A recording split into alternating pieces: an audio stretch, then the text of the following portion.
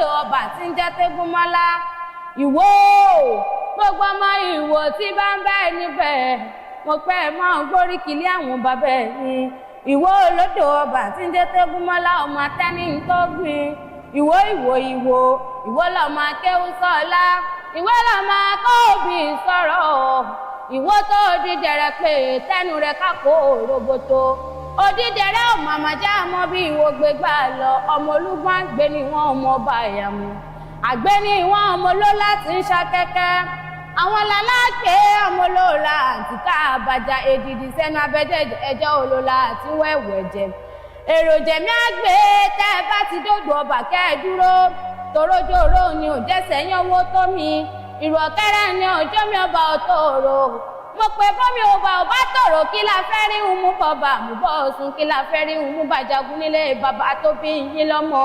Bébí nínú ilé àwọn bàbá ẹ̀yin ni. Ìwó ni Ìwó ń jẹ́. Ìwó ẹ̀ má bá wo jẹ́.